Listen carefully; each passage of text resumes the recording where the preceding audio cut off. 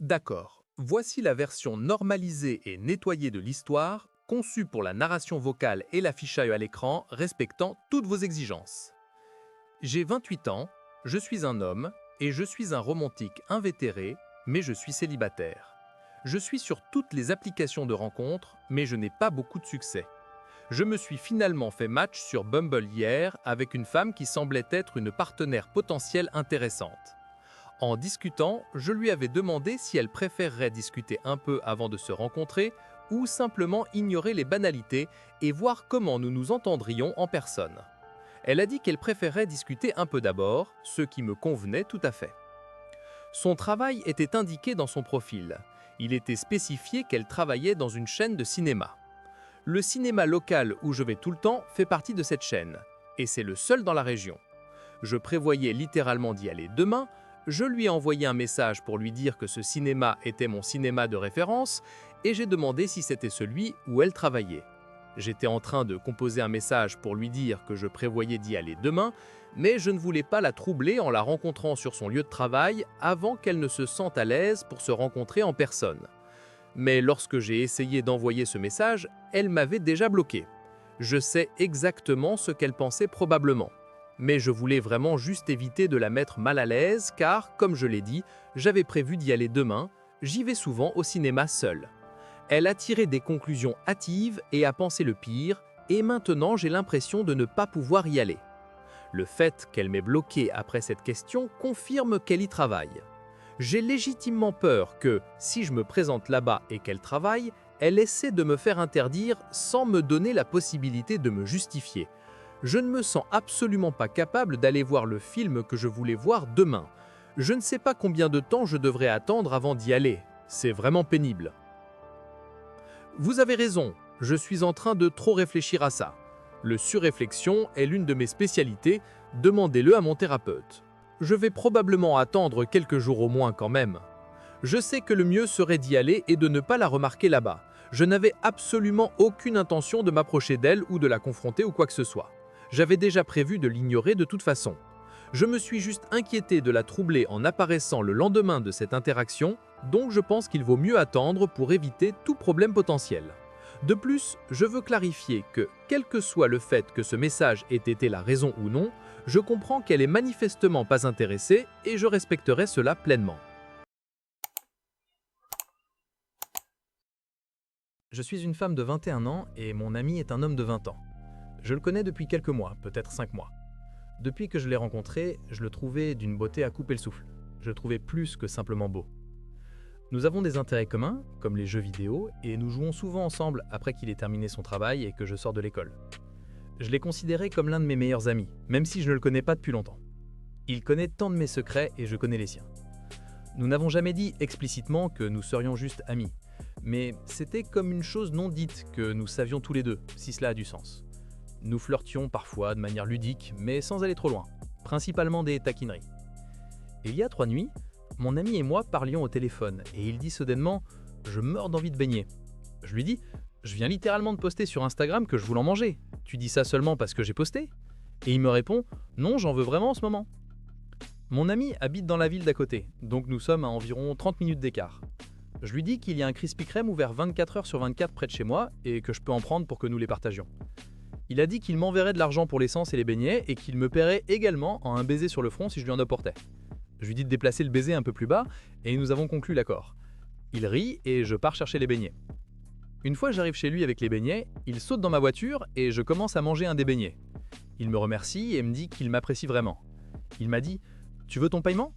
Je lui dis « Oui, mais j'ai la bouche pleine de beignets en ce moment. » Il me dit que ça ne le dérange pas et il attrape mon cou pour m'embrasser. Je repasse sans cesse ce moment dans ma tête. Ça fait 3 jours et je continue d'y penser.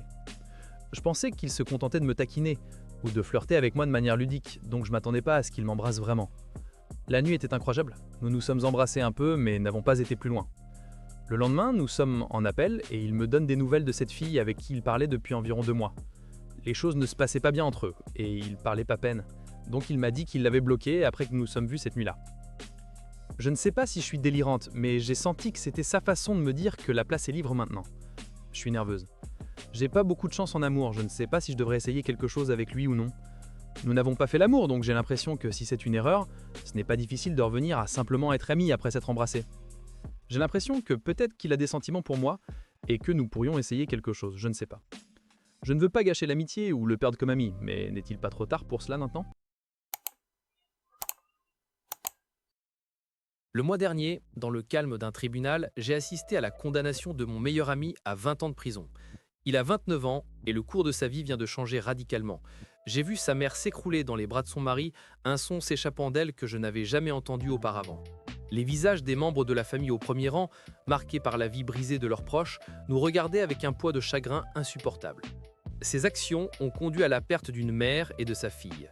Il était à un barbecue, se convainquant qu'il pouvait conduire pour rentrer après avoir bu quelques bières de trop, et nous, ses amis, l'avons laissé faire sans intervenir. C'était un homme de nombreuses qualités, entraîneur de l'équipe de baseball de son neveu, quelqu'un sur qui on pouvait compter pour aider à déplacer un canapé lourd, et il consacrait son temps au bénévolat dans un refuge pour animaux.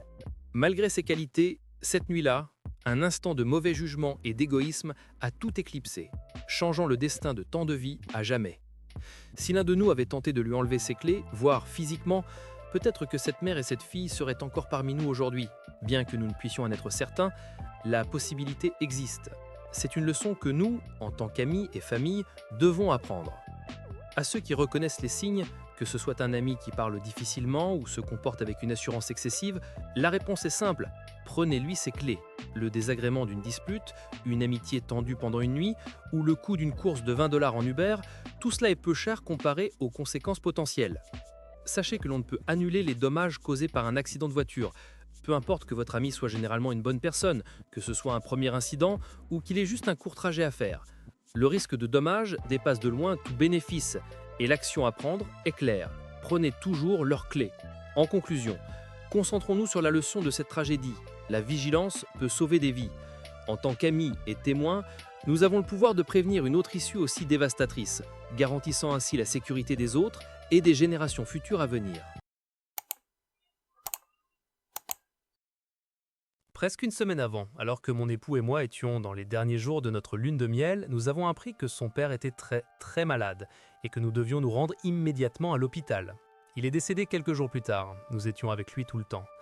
Notre lune de miel s'est déroulée à l'étranger, près du pays où mes beaux-parents et mon époux sont nés, mais où ils ne vivent plus.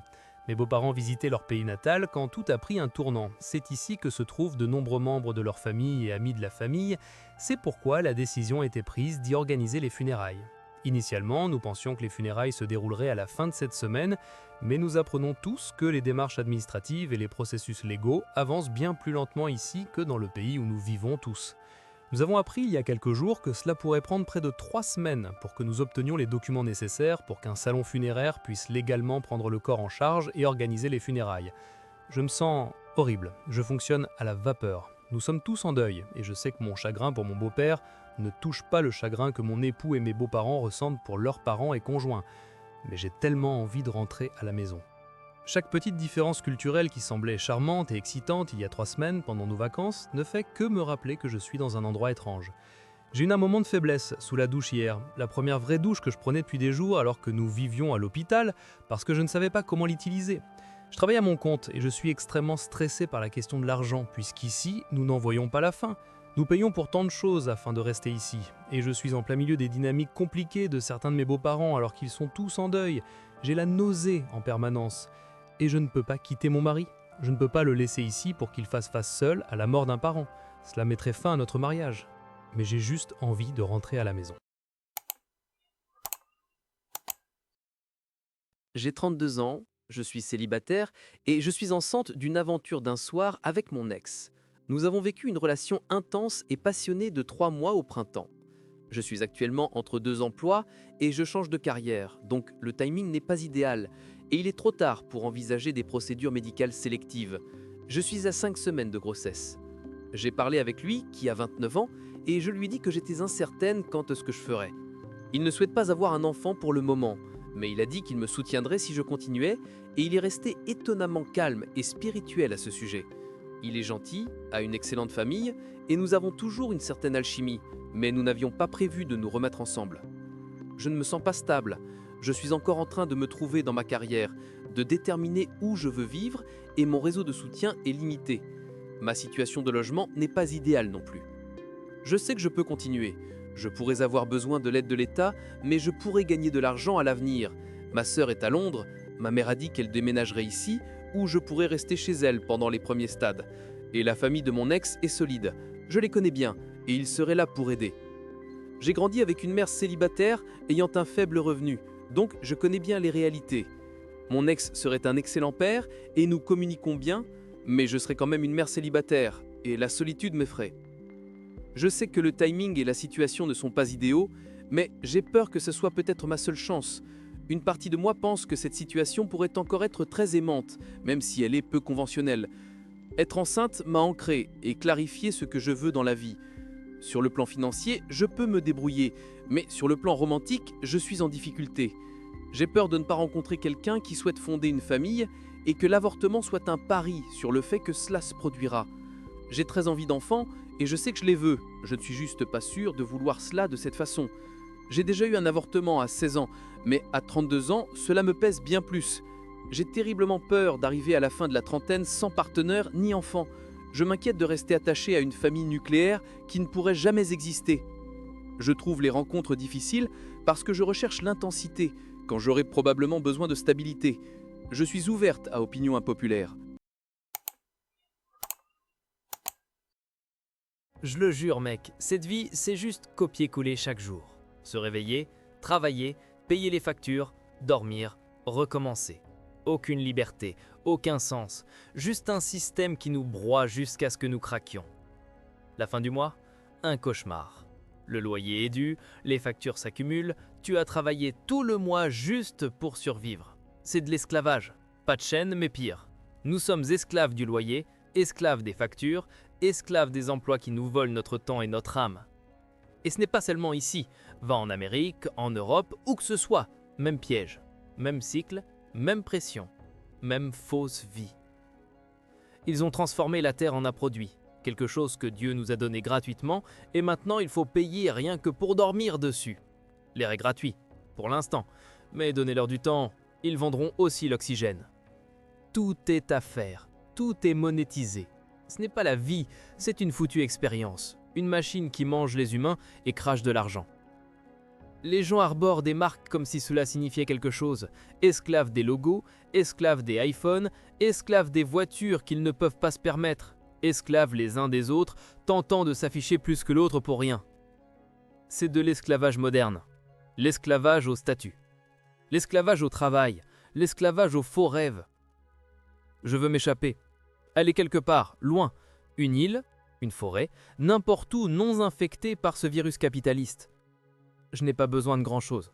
Une petite maison, Internet, de la nourriture que je cultive moi-même, juste la paix, juste la liberté. La vie ne devrait pas être faite de factures, de travail et de stress. Elle devrait être réelle. Elle devrait être libre. J'en ai fini avec ce système. Je veux en sortir. Je ne peux pas l'appeler à l'hôpital, son travail est trop exigeant et je ne veux pas la distraire. Ce n'est pas ce genre d'urgence, mais elle mérite de l'entendre de ma part avant quiconque, nos parents, nos amis, n'importe qui. J'ai été licencié de mon travail d'ingénieur en 2023, à l'âge de 42 ans. J'étais dans l'entreprise depuis 15 ans, donc c'était un choc. On m'a dit que c'était une simple restructuration et que, avec mon expérience, je me remettrais vite sur les rails. Au début de 2024, une entrevue finale prometteuse pour un emploi de rêve s'est terminée par un silence radio. C'est là que j'ai réalisé que ça n'allait pas être facile. 4 mois plus tard, mon indemnité de licenciement avait disparu, mon assurance aussi. Heureusement, le travail d'infirmière de ma femme était stable, mais la tension était évidente. Elle a commencé à prendre des shifts de nuit supplémentaires pour s'assurer que nous pouvions payer l'hypothèque. On m'avait dit que la recherche serait rapide. Faux. Presque 2 ans plus tard, plus de 500 candidatures, d'innombrables premiers appels Zool qui ne menaient nulle part, 3 services différents de rédaction de CV, épuisement de nos économies, liquidation d'une partie de mon 4 lettres 1K et commencement à conduire pour Uber la nuit juste pour me sentir utile, et nous arrivons à aujourd'hui. Je suis triste que ma femme, qui a relu chaque lettre de motivation et m'a empêché de sauter dans le vide plus de fois que je ne peux le compter, n'était pas là avec moi. Mais on ne peut pas changer ça. Je continue de me représenter l'épuisement sur son visage quand elle rentre à la maison et ce que mes mots feront pour ça.